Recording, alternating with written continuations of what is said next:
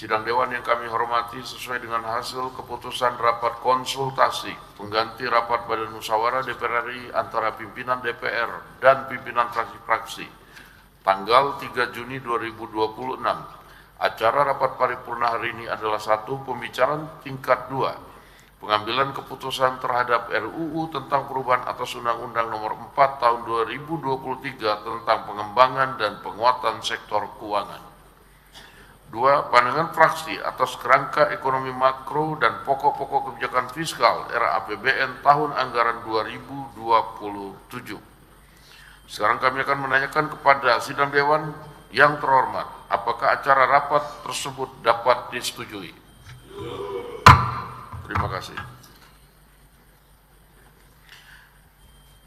Sidang Dewan yang kami hormati, kami beritahukan bahwa pimpinan Dewan telah menerima surat dari Presiden RI nomor R24/05/2026 tanggal 18 Mei 2026 hal rencana pengesahan persetujuan kemitraan ekonomi komprehensif antara Indonesia dan Peru. Selain surat dari Presiden, pimpinan DPR juga telah menerima surat dari Ketua Badan Pemeriksa Keuangan nomor 43 TS Waka tanggal 29 April 2026 hasil laporan hasil pemeriksaan atas laporan keuangan tahunan Bank Indonesia tahun 2025 nomor 44 SW Waka tanggal 29 April 2026 hasil pemeriksaan atas laporan keuangan konsolidasi lembaga penjamin simpanan tahun 2025. Surat tersebut telah dan akan ditindaklanjuti sesuai dengan Peraturan DPR RI nomor 1 tahun 2020 tentang tata tertib dan mekanisme yang berlaku. Sebelum memasuki acara pertama rapat paripurna hari ini, kepada Menteri Keuangan, Menteri Pendayagunaan Aparatur Negara dan Reformasi Birokrasi, jajaran Kementerian Sekretariat Negara, serta jajaran Kementerian Hukum kami persilakan untuk memasuki ruang sidang dan kepada para anggota Dewan agar tetap di tempatnya masing-masing untuk mengikuti acara selanjutnya. Dengan ini rapat kami skors.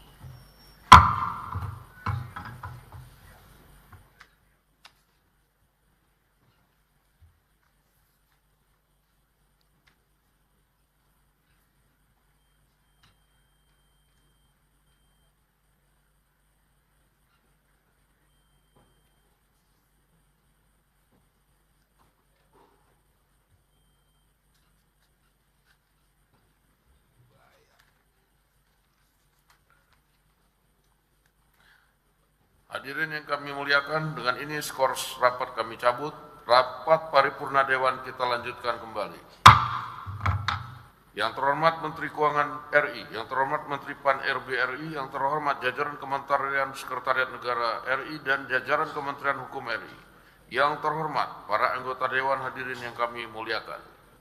Marilah kita memasuki acara pertama rapat paripurna Dewan hari ini, yaitu pembicaraan tingkat 2 atau pengambilan keputusan terhadap RUU tentang perubahan atas Undang-Undang Nomor 4 Tahun 2023 tentang pengembangan dan penguatan sektor keuangan.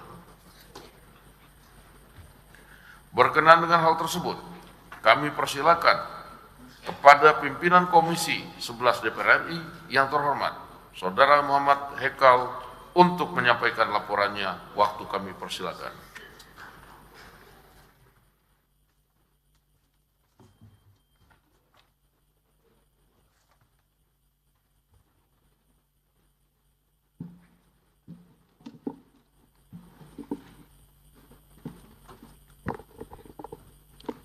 Bismillahirrahmanirrahim. Laporan Komisi 11 DPR RI dalam rangka pengambilan keputusan tingkat kedua Rancangan Undang-Undang Perubahan atas Undang-Undang Nomor 4 Tahun 2023 tentang pengembangan dan penguatan sektor keuangan dalam rapat paripurna DPR RI Jakarta 4 Juni 2026. Dibacakan oleh Muhammad Hekal, anggota A115. Assalamualaikum warahmatullahi wabarakatuh. Selamat pagi dan salam sejahtera untuk kita semua. Om Swastiastu, Namo Buddhaya, dan salam kebajikan. Yang terhormat pimpinan Dewan Perwakilan Rakyat Republik Indonesia, rekan-rekan anggota Dewan Perwakilan Rakyat Republik Indonesia, Menteri Keuangan, Republik Indonesia, Menteri Sekretaris Negara Republik Indonesia atau yang mewakili, Menteri Pendayagunaan Aparatur Negara dan Reformasi Birokrasi RI atau yang mewakili, serta Menteri Hukum RI atau yang mewakili. Hadirin yang kami hormati, pertama-tama marilah kita panjatkan puji syukur kehadirat Allah Subhanahu wa Ta'ala yang telah melimpahkan rahmat dan karunia-Nya kepada kita semua, sehingga pada hari ini kita dapat bertemu dan hadir dalam rapat paripurna DPR RI dalam keadaan sehat walafiat. Agenda rapat paripurna DPR RI pada hari ini salah satunya untuk melaksanakan pengambilan keputusan tingkat 2 atas pengesahan rancangan undang-undang terhadap perubahan atas Undang-Undang Nomor 4 Tahun 2023 tentang pengembangan dan penguatan sektor keuangan yang selanjutnya disebut RUU Perubahan P2SK. Perkenankan saya mewakili pimpinan dan anggota Komisi 11 DPR RI menyampaikan laporan hasil pembahasan tingkat 1 atas RUU P2SK tersebut. Sidang Dewan yang saya hormati, Komisi 11 DPR RI menginisiasi RUU Perubahan Undang-Undang P2SK sebagai langkah strategis dalam merespon adanya pengujian terhadap Undang-Undang Nomor 4 Tahun 2023 tentang pengembangan dan penguatan sektor keuangan, yakni sebagai tindak lanjut putusan Mahkamah Konstitusi Nomor 59 PUU 21 2023 terkait kewenangan tindak pidana di sektor jasa keuangan dan putusan Mahkamah Konstitusi Nomor 85 PUU 22 2024 terkait penetapan rencana kerja dan anggaran tahunan lembaga penjamin simpanan. Selain menindaklanjuti putusan Mahkamah Konstitusi tersebut, adanya kebutuhan hukum untuk mengoptimalkan peran sektor keuangan melatar belakangi pembentukan RUU Perubahan Undang-Undang P2SK. Komisi 11 DPR RI mulai membahas RUU Perubahan Undang-Undang P2SK pada tanggal 4 Februari 2026 dengan melaksanakan rapat kerja bersama perwakilan pemerintah yang terdiri dari Menteri Keuangan, Menteri Sekretariat Negara, Menteri Pendayagunaan Aparatur Negara dan Reformasi Birokrasi, dan Menteri Hukum. Rapat kerja Komisi 11 DPR RI tersebut menugaskan Panja RUU Perubahan Undang-Undang P2SK untuk melaksanakan rangkaian pembahasan Pembahasan pada tingkat Panja RUU Perubahan P2SK dimulai sejak 31 Maret 2026. Rangkaian pembahasan dalam rapat Panja dilaksanakan pada tanggal 1 sampai 2 April 2026, 6 sampai 7 April 2026, 2 sampai 3 Juni 2026. Adapun tim perumus dan tim sinkronisasi bekerja secara simultan pada tanggal 2 dan 3 Juni 2026 dan telah melaporkan hasil kerjanya dalam rapat Panja pada tanggal 3 Juni 2026. Dalam rangka memenuhi meaningful participation dalam proses penyusunan dan pembahasan, Panja RUU tentang perubahan Undang-Undang P2SK juga telah mengagendakan RDPU dengan berbagai pemangku kepentingan dan akademisi dari berbagai perguruan tinggi guna mendapatkan masukan dan pengayaan terhadap materi penguatan RUU. Panja RUU mendapatkan masukan berharga dari berbagai pihak, antara lain BI, OJK, LPS, Himbara, Perbanas, Perbarindo, Asbanda, Asbisindo, Himbara, Asosiasi Fintech Pendanaan Bersama Indonesia, Asosiasi Fintech Syariah Indonesia, Asosiasi Blockchain Indonesia, PT Rekeningku.com, dan PT Asuransi AC Indonesia. Adapun akademisi yang turut memberikan pandangan dalam proses penyusunan dan pembahasan RUU berasal dari berbagai perguruan tinggi seperti UI, UGM, dan UNS. Panja RUU Perubahan P2SK mendapat masukan dan insight yang berharga dari proses meaningful participation bagi penyempurnaan materi pengaturan RUU. Sidang Dewan yang terhormat, Panja RUU Perubahan P2SK kemudian melakukan pembahasan terhadap daftar inventaris masalah yang disampaikan oleh pemerintah sejumlah 1.212 DIM, terdiri dari 805 DIM batang tubuh dan 407 DIM penjelasan termasuk terhadap beberapa topik baru yang berkembang dalam pembahasan Panja. Dari total 1.212 DIM tersebut, terdapat 485 DIM tetap pada batang tubuh dan 224 DIM pada penjelasan, 167 DIM perubahan redaksional pada batang tubuh dan 79 DIM pada penjelasan, 31 DIM perubahan substansi pada batang tubuh dan 11 DIM pada penjelasan, 76 DIM penambahan substansi pada batang tubuh dan 60 DIM pada penjelasan, dan 46 DIM pada batang tubuh dan 33 DIM pada penjelasan dihapus. Panja RUU Perubahan P2SK kemudian melakukan pencermatan dan penelahan terhadap seluruh DIM serta melakukan pendalaman terhadap isu topik yang berkembang secara dinamis dalam proses pembahasan Panja RUU. Panja RUU kemudian memberikan penugasan kepada Timus dan tim SIN untuk melakukan perumusan sinkronisasi materi muatan RUU perubahan P2SK secara menyeluruh. Berdasarkan hasil kerja tim perumus dan tim sinkronisasi telah tersusun draft RUU perubahan Undang-Undang P2SK yang terdiri dari 2 pasal Romawi dan 105 angka perubahan dan mengubah 9 undang-undang sektor keuangan. Sidang yang terhormat, dapat kami sampaikan bahwa materi muatan RUU perubahan P2SK meliputi perbaikan, penyesuaian, serta pengaturan terhadap beberapa materi muatan mengenai penguatan status lembaga pinjaman simpanan sebagai badan hukum dan lembaga negara yang independen, penyempurnaan pengaturan mengenai susunan persyaratan proses seleksi, pemberhentian dan penggantian anggota Dewan Komisioner, serta penguatan mekanisme penyusunan anggaran lembaga penjamin simpanan. B. Penambahan tugas otoritas jasa keuangan untuk melakukan pengawasan dan pengaturan terhadap kegiatan di sektor pasar modal, keuangan derivatif, bursa karbon, dan bursa mineral dan komoditas strategis, termasuk kegiatan pengelolaan dana publik lainnya. C. Penguatan pengaturan tujuan Bank Indonesia dalam melaksanakan kebijakan dan bauran kebijakan yang kondusif bagi pertumbuhan sektor real, serta penyempurnaan pengaturan tata kelola dan akuntabilitas mengenai anggaran tahunan Bank Indonesia. D. Penambahan tugas dari Lembaga Penjamin Simpanan, Otoritas Jasa Keuangan, dan Bank Indonesia untuk melakukan program edukasi serta pemberdayaan masyarakat dan lingkungan yang dilakukan secara inklusif. E. Perluasan cakupan kegiatan usaha Bank Umum dan Bank Umum Syariah dan penyesuaian pengaturan penanganan piutang macet kepada usaha mikro, kecil, dan menengah untuk memperluas akses pembiayaan, serta penguatan pengaturan konsolidasi perbankan melalui penyusunan peta jalan konsolidasi Bank Umum dan Bank Umum Syariah. F.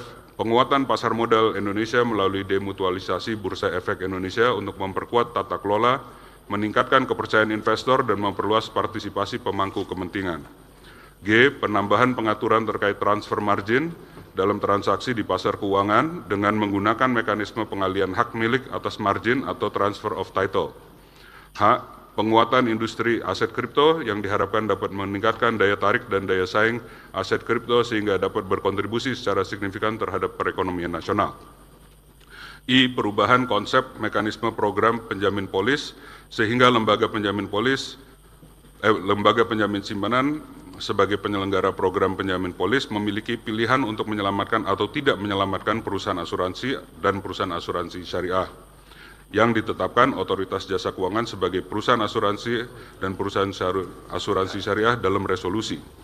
J. Penyempurnaan pengaturan mengenai dana pertanggung wajib kecelakaan lalu lintas untuk memberikan perlindungan yang lebih optimal kepada masyarakat khususnya yang menjadi korban kecelakaan lalu lintas, termasuk pertanggungan atas kecelakaan tunggal namun dengan tetap menghindari moral hazard. K.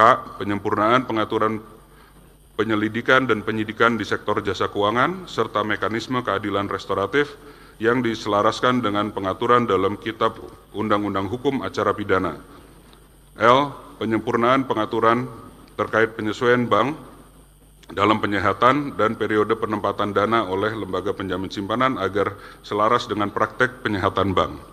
M. Pembentukan dan penguatan satuan tugas yang bertugas mencegah dan menangani kegiatan usaha tanpa izin di sektor keuangan, kegiatan usaha berizin namun terindikasi melanggar ketentuan dan perlindungan konsumen, serta pemanfaatan inovasi teknologi sektor keuangan untuk kegiatan yang terindikasi perjudian.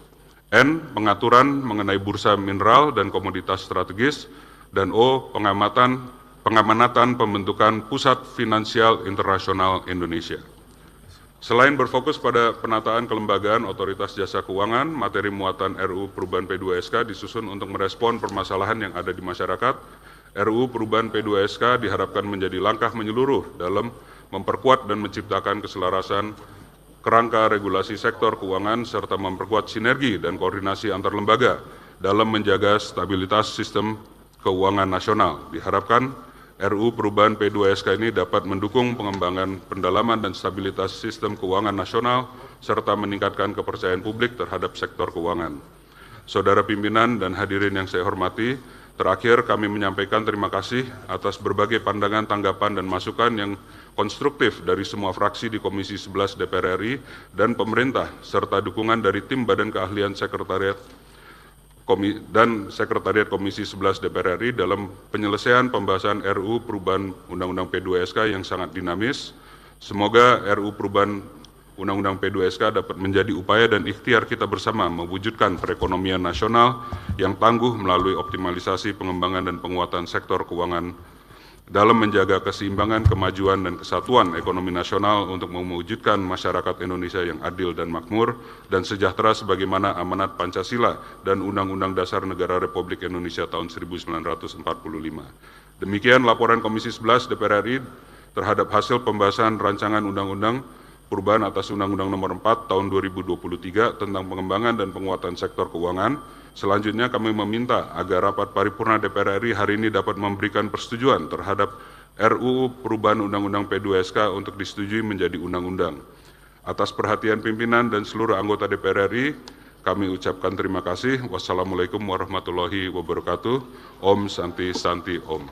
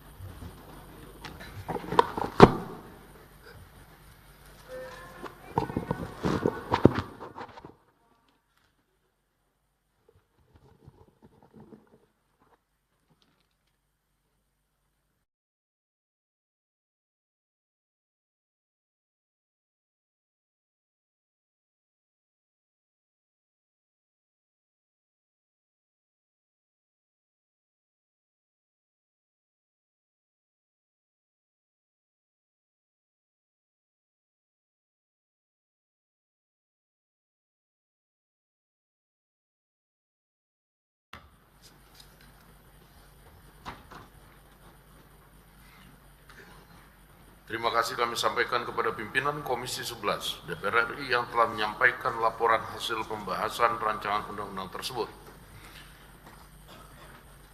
Kami minta persetujuan fraksi-fraksi terhadap rancangan undang-undang tentang perubahan atas Undang-Undang Nomor 4 Tahun 2023 tentang pengembangan dan penguatan sektor keuangan apakah dapat disetujui untuk disahkan menjadi undang-undang. Terima kasih. Sidang Dewan yang terhormat, berikut kami akan menanyakan sekali lagi kepada seluruh anggota, apakah rancangan undang-undang tentang perubahan atas Undang-Undang Nomor 4 Tahun 2023 tentang pengembangan dan penguatan sektor keuangan dapat disetujui untuk disahkan menjadi undang-undang? Terima kasih. Selanjutnya kami mempersilakan kepada yang terhormat Menteri Keuangan Republik Indonesia untuk menyampaikan pendapat akhir mewakili Presiden. Waktu kami persilakan.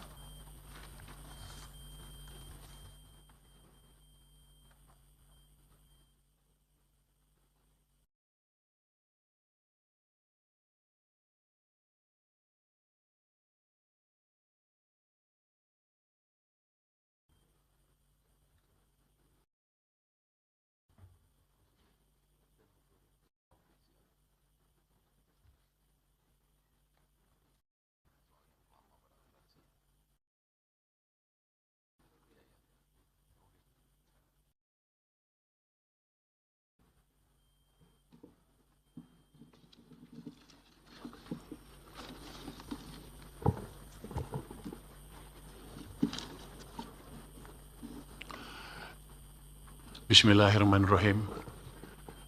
Yang kami hormati Wakil Ketua DPR RI, Bapak Profesor Sufmi Dasko Ahmad, Wakil Ketua DPR RI, Bapak Saan Mustafa, Wakil Ketua DPR RI, Bapak Cucun Ahmad Samsurijal, para anggota Dewan Perwakilan Rakyat Republik Indonesia, yang kami hormati Menteri-Menteri dan Kementerian Perwakilan Pemerintah dalam pembahasan rancangan Undang-Undang Perubahan Undang-Undang Nomor 4 Tahun 2023 tentang pengembangan dan penguatan sektor keuangan. Sini hadir Menteri Pendayagunaan Aparatur Negara dan Reformasi Birokrasi, Ibu Rini Widiantini. Wakil Menteri Sekretariat Negara, Bapak Juri Adiantoro. Yang mewakili Kementerian Hukum. Assalamualaikum warahmatullahi wabarakatuh. Salam sejahtera bagi kita semua. Om Swastiastu, Namo Buddhaya, salam kebajikan.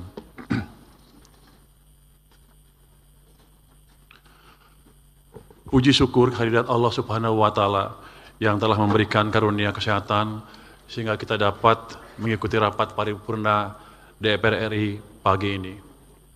Semoga Tuhan Yang Maha Kuasa meridhoi agenda kita untuk melaksanakan pembicaraan tingkat 2 atau pengambilan keputusan tentang rancangan undang-undang tentang perubahan Undang-Undang Nomor 4 Tahun 2023 tentang pengembangan dan penguatan sektor keuangan. Atas nama pemerintah, perkenankanlah kami menyampaikan ucapan terima kasih dan apresiasi yang sebesar-besarnya kepada seluruh anggota DPR RI, khususnya Ketua, Wakil Ketua, dan anggota Komisi 11 yang telah menginisiasi RUU ini serta bekerja bersama pemerintah secara sinergis dalam proses pembahasannya. Yang kami hormati Ketua, para Wakil Ketua, dan para anggota DPR RI, dinamika perekonomian dan politik global masih penuh ketidakpastian. Konflik geopolitik berpotensi mengganggu rantai pasok dan menyebabkan lonjakan harga energi. Meski menghadapi ketidakpastian global, Indonesia berhasil mempertahankan kinerja ekonomi. Pertumbuhan ekonomi pada kuartal pertama tahun ini tetap di atas rata-rata G20 dan ASEAN. Indikator ekonomi juga menunjukkan tren positif dan inflasi tetap stabil. Pemerintah berkomitmen untuk mencapai pertumbuhan ekonomi yang lebih tinggi dan berkelanjutan. Oleh karena itu, ekonomi Indonesia membutuhkan terobosan di berbagai sektor, termasuk sektor keuangan yang kokoh dan sehat. Sektor keuangan ibarat jaringan saraf mesin pertumbuhan yang mampu mengalirkan pembiayaan ke sektor produktif. Di saat yang sama, mengelola sektor keuangan berbasis prinsip kehati-hatian, stabilitas sistem keuangan, dan pendalaman pasar, serta penguatan inklusi keuangan menjadi krusial. Untuk itu, reformasi sektor keuangan yang telah dirintis oleh Undang-Undang P2SK perlu diakselerasi untuk mewujudkan cita-cita pembangunan Indonesia. Yang kami hormati Ketua, para Wakil Ketua, dan para anggota DPR RI. Penyusunan RUU Perubahan Undang-Undang P2SK merupakan langkah strategis dalam memperkuat dan menciptakan keselarasan kerangka regulasi sektor keuangan, serta memperkuat sinergi dan koordinasi antar lembaga dalam menjaga stabilitas sistem keuangan nasional. Selain itu, RUU ini merupakan tindak lanjut putusan Mahkamah Konstitusi dan sesuai dengan kebutuhan hukum masyarakat. Terdapat 2 putusan Mahkamah Konstitusi yang harus ditindaklanjuti oleh pembentuk undang-undang guna melakukan perbaikan dan sinkronisasi dengan materi muatan lainnya di dalam Undang-Undang P2SK, yakni putusan Mahkamah Konstitusi nomor 59 PUU 21 2023 terkait kewenangan penyidik Otoritas Jasa Keuangan dalam melakukan penyidikan terhadap tindak pidana di sektor keuangan, dan putusan Mahkamah Konstitusi nomor 85 PUU 22 2024 terkait penetapan rencana kerja dan anggaran tahunan lembaga penjamin simpanan. Pemerintah bersama otoritas sektor keuangan yaitu Bank Indonesia, OJK, LPS, dan pemangku kepentingan terkait telah melakukan pembahasan terhadap konsep RUU Perubahan Undang-Undang P2SK usulan DPR, serta telah melaksanakan partisipasi publik yang melibatkan asosiasi, industri, akademisi, dan masyarakat. Dalam proses perumusannya, pemerintah dan DPR melakukan diskusi yang intensif dan konstruktif, serta menyepakati berbagai penyempurnaan untuk memperkuat substansi aturan dan memastikan kesesuaian dengan kebutuhan sektor keuangan nasional. Pemerintah juga menghargai pandangan mini fraksi yang disampaikan dalam rapat kerja tanggal 3 Juni 2026. Pengaturan pada RUU ini mencakup 17 topik, yaitu 1. Kelembagaan LPS, 2. Kelembagaan OJK, 3. Kelembagaan BI, 4. Evaluasi kinerja LPS, OJK, dan Bank Indonesia oleh DPR, 5. Perluasan cakupan usaha bank dan perbankan syariah, 6. Demutualisasi bursa efek di pasar modal, 7.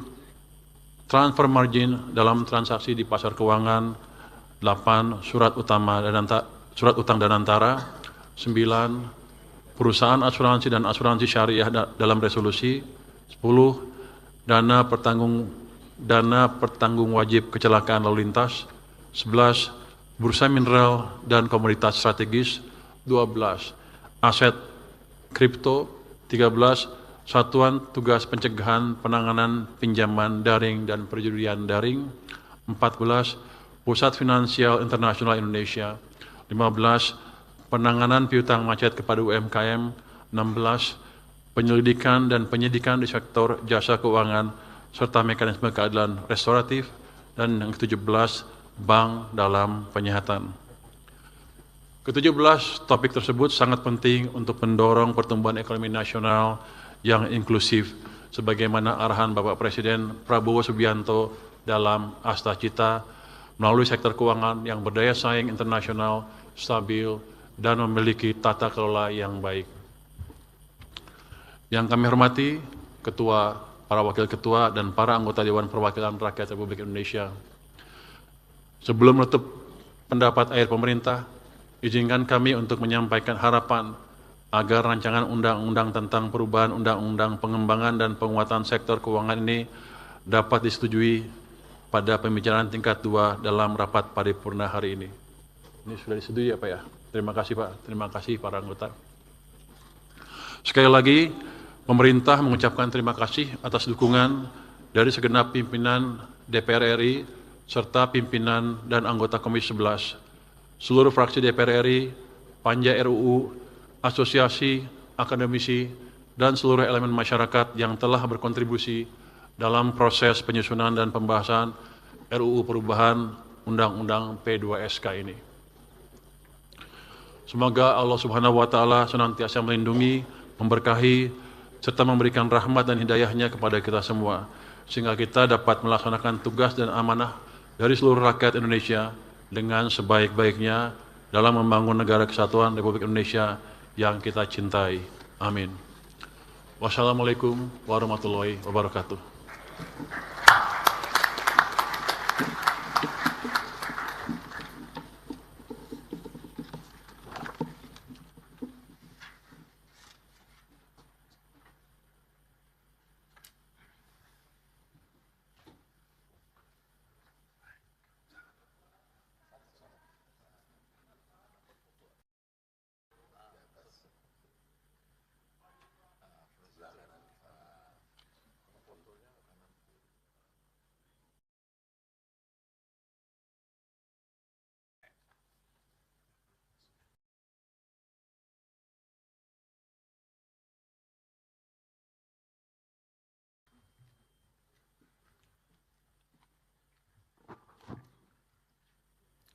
Terima kasih kami sampaikan kepada Menteri Keuangan Republik Indonesia yang telah menyampaikan pendapat akhir mewakili Presiden.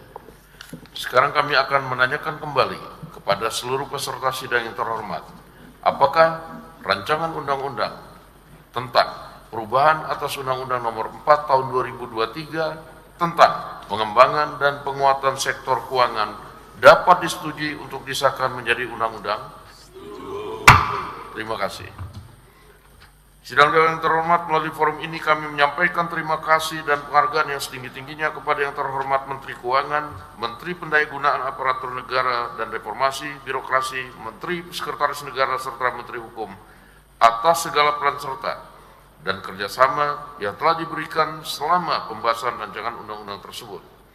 Perkenankanlah pula atas nama pimpinan Dewan kami menyampaikan penghargaan dan terima kasih kepada pimpinan dan anggota Komisi 11 DPR RI yang telah menyelesaikan pembahasan rancangan undang-undang ini dengan lancar. Dan kami juga mengucapkan terima kasih kepada berbagai pihak yang telah memberikan pendapat dan saran sehingga undang-undang ini dapat diselesaikan dengan baik. Dan selanjutnya kepada Menteri Pendayagunaan Aparatur Negara, Reformasi Birokrasi, jajaran Kementerian Sekretariat Negara, serta jajaran Kementerian Hukum kami mempersilakan saudara-saudara untuk meninggalkan ruang sidang. Kepada Menteri Perencanaan Pembangunan Nasional beserta jajaran kami persilakan untuk memasuki ruang sidang, dan kepada Menteri Keuangan serta para anggota Dewan diminta agar tetap di tempat masing-masing untuk mengikuti acara selanjutnya, dan dengan ini rapat kami skors.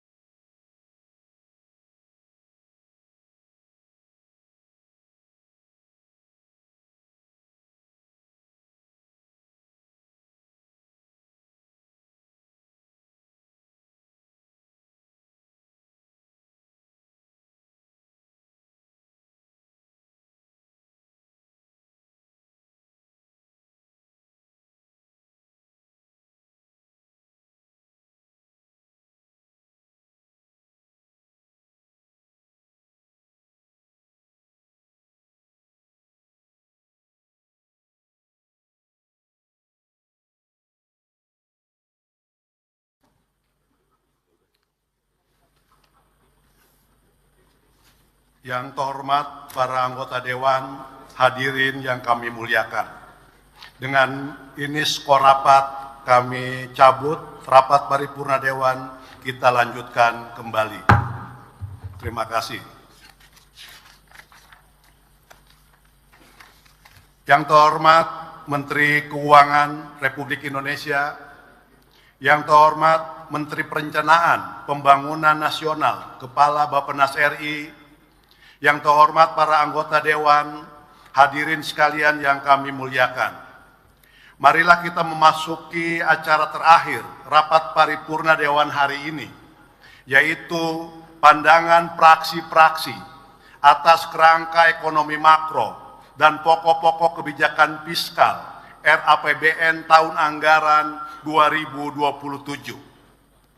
Sebagaimana kita ketahui bersama bahwa pemerintah telah menyampaikan kerangka ekonomi makro dan pokok-pokok kebijakan fiskal tahun anggaran 2027 pada rapat paripurna tanggal 20 Mei 2026 yang lalu, dan sesuai dengan ketentuan pasal 167 ayat 4 Peraturan DPR RI nomor 1 tahun 2020 tentang tata tertib yang menyebutkan bahwa praksi menyampaikan pandangannya atas materi yang disampaikan oleh pemerintah sebagaimana dimaksud pada ayat 1 dalam rapat paripurna DPR.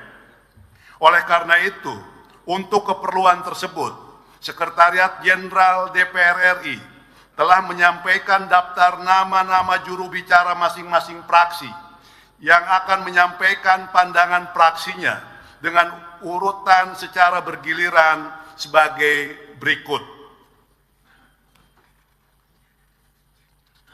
Sebelum kami mempersilahkan kepada juru bicara masing-masing, kami meminta persetujuan rapat Dewan mengenai waktu yang akan digunakan oleh masing-masing juru bicara. Apakah dapat disetujui paling lama 7 menit? Terima kasih. Sidang Dewan yang terhormat, untuk mempersingkat waktu, juru bicara kita mulai dari fraksi PDI Perjuangan dan terakhir dari fraksi Partai Demokrat.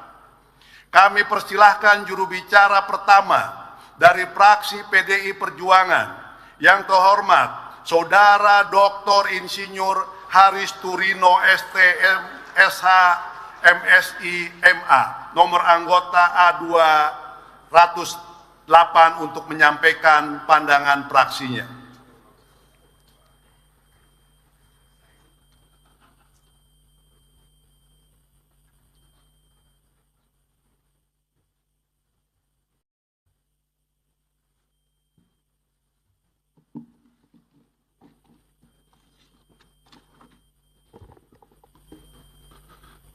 Pandangan fraksi PDI Perjuangan DPR RI atas kerangka ekonomi makro dan pokok-pokok kebijakan fiskal tahun 2027 disampaikan oleh Haris Turino nomor anggota A208.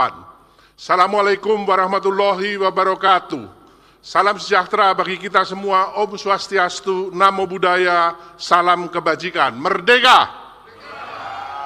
Yang terhormat Ketua dan Wakil Ketua DPR RI, yang terhormat para anggota Dewan, yang terhormat Menteri Keuangan, Menteri PPN, Kepala Bappenas yang mewakili pemerintah beserta jajarannya.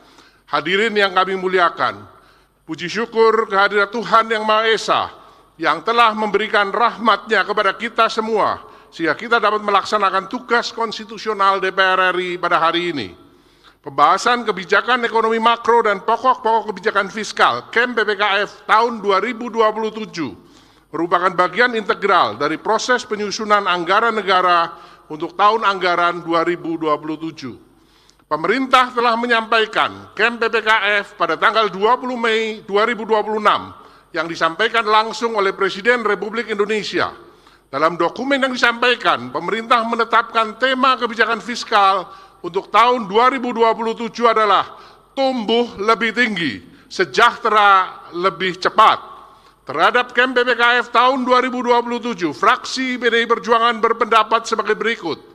Pertama, tema KEM PPKF tumbuh lebih tinggi, sejahtera lebih cepat, tidak disertai dengan penjelasan yang memperlihatkan bahwa capaian peningkatan kesejahteraan rakyat akan lebih cepat dibandingkan dengan tahun-tahun sebelumnya. Kedua, pemerintah dalam merancang pertumbuhan ekonomi pada tahun 2027 perlu memastikan hal-hal sebagai berikut.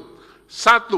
Target pertumbuhan ekonomi 5,8 sampai 6,5% harus disertai peta jalan peningkatan pendapatan rakyat, penciptaan lapangan kerja, penguatan daya saing, dan pembangunan daerah yang inklusif. 2. Peran BPI dan Antara perlu diperkuat untuk mengurangi tekanan terhadap APBN dalam pembiayaan infrastruktur dan penciptaan lapangan kerja. 3. Tingginya IKOR Indonesia secara konsisten menunjukkan bahwa masih adanya inkonsistensi, sehingga diperlukan reformasi birokrasi, perbaikan tata perizinan, peningkatan kualitas layanan publik, penghapusan biaya ekonomi tinggi, dan kepastian hukum. Ketiga, asumsi makro pada APBN 2027 harus didukung oleh kebijakan yang kuat, antara lain: 1. Nilai tukar rupiah di kisaran 16.800–17.500 per dolar Amerika menunjukkan masih adanya tekanan eksternal dan resiko capital outflow. Maka diperlukan sinergi fiskal dan moneter, penguatan kebijakan devisa hasil ekspor, penguatan investasi dan struktur ekonomi nasional, serta menyediakan fasilitas currency swap. 2. Pengendalian inflasi dilakukan dengan memperhatikan daya beli masyarakat. 3. Pergerakan yield SBN harus dijaga agar risiko dan bebannya tetap terkendali. 4. Pemerintah perlu segera mengantisipasi penurunan produksi migas dengan pembukaan ruang investasi eksplorasi, pengembangan lapangan baru, dan penerapan teknologi hulu migas. Keempat, kebijakan fiskal harus didukung dengan langkah-langkah sebagai berikut. 1. Fokus kebijakan fiskal pada 8 klaster PKPN dan 60 program kerja harus disertai dengan anggaran yang memadai, indikator yang terukur, dan dampak nyata bagi kesejahteraan rakyat. 2. Prioritas nasional seperti mobil nasional, motor nasional, industri semikonduktor, giant seawall, rekonstruksi pasca bencana, harus memiliki skema pembiayaan yang tidak menambah tekanan, defisit, dan utang negara. 3. Pendapatan negara 2027 dirancang hanya sebesar 11,8 sampai 12,4% dari PDB. Ini jauh lebih rendah dibandingkan dengan target Presiden dalam RPJMN, yaitu sebesar 18% pada 2029. 4. Reformasi perpajakan harus diarahkan pada redistribusi beban pajak yang lebih berkeadilan. 5. Optimalisasi PNBP melalui tata kelola SDA harus menjaga nilai tambah nasional dan mengantisipasi fluktuasi harga komoditas global. 6. Belanja negara diperkirakan akan mencapai 3.752 triliun hingga 4.186 triliun, atau dibandingkan dengan APBN 2026, akan berada pada kisaran belanja berkurang 90 triliun sampai dengan bertambah 300 triliun. Belanja negara ini harus tetap diprioritaskan pada belanja pendidikan minimal 20% dari APBN, pelaksanaan pendidikan dasar gratis sesuai dengan keputusan MK, penguatan PBI BPJS Kesehatan, evaluasi secara menyeluruh program makan bergizi gratis, serta efisiensi belanja kementerian dan lembaga. 7. Belanja pembayaran utang harus memperhatikan ruang fiskal di masa yang akan datang. 8. Subsidi energi dan non-energi harus lebih tepat sasaran melalui reformasi subsidi dan perbaikan data penerima manfaat. 9. Transfer ke daerah harus memenuhi amanat Undang-Undang HKPD, termasuk penyelesaian kurang bayar transfer ke daerah. 10. Pengelolaan defisit APBN sebesar 1,8 sampai 2,4% harus tetap berada pada batas aman, serta memiliki peta jalan menuju kepada APBN berimbang. 11. Program penyediaan perumahan bagi masyarakat berpenghasilan rendah harus mengoptimalkan pelaksanaan Undang-Undang Nomor 1 Tahun 2011 tentang perumahan dan pemukiman yang mewajibkan kontribusi pengembang untuk menyediakan rumah sederhana. 12. Penggunaan SAL pada 2027 harus dikelola secara transparan, akuntabel sebagai fiskal buffer. Kelima, sasaran pembangunan nasional yang ditetapkan untuk tahun 2027, yaitu tingkat kemiskinan ekstrim, tingkat kemiskinan, tingkat pengangguran terbuka, Gini rasio, indeks modal manusia, indeks kesejahteraan petani, dan proporsi lapangan kerja formal tidak menunjukkan perubahan yang cepat, sebagaimana yang menjadi tema dalam KEM PPKF 2027, yaitu tumbuh lebih tinggi, sejahtera lebih cepat. Yang terhormat pimpinan, anggota sidang, Menteri Keuangan, Menteri BPN, serta hadirin yang terhormat. Berdasarkan pandangan, pendapat, serta masukan tersebut di atas, maka fraksi PDI Perjuangan menyatakan dapat menyetujui untuk melakukan pembahasan lebih lanjut dengan pemerintah terhadap KEM PPKF tahun 2027, dan pandangan yang telah kami sampaikan ini dapat ikut menyempurnakan KEM PPKF 2027. Demikian pandangan umum fraksi PDI Perjuangan tentang KEM PPKF tahun 2027. Atas segala perhatian sidang Dewan yang terhormat, kami mengucapkan terima kasih. Merdeka! Wassalamualaikum warahmatullahi wabarakatuh. Om Santi, Santi Om. Jakarta 4 Juni 2026. Pimpinan fraksi Partai Demokrasi Indonesia Perjuangan DPR RI. Ketua Utut Adianto A204. Sekretaris Dolvi OFP A197 ditandatangani.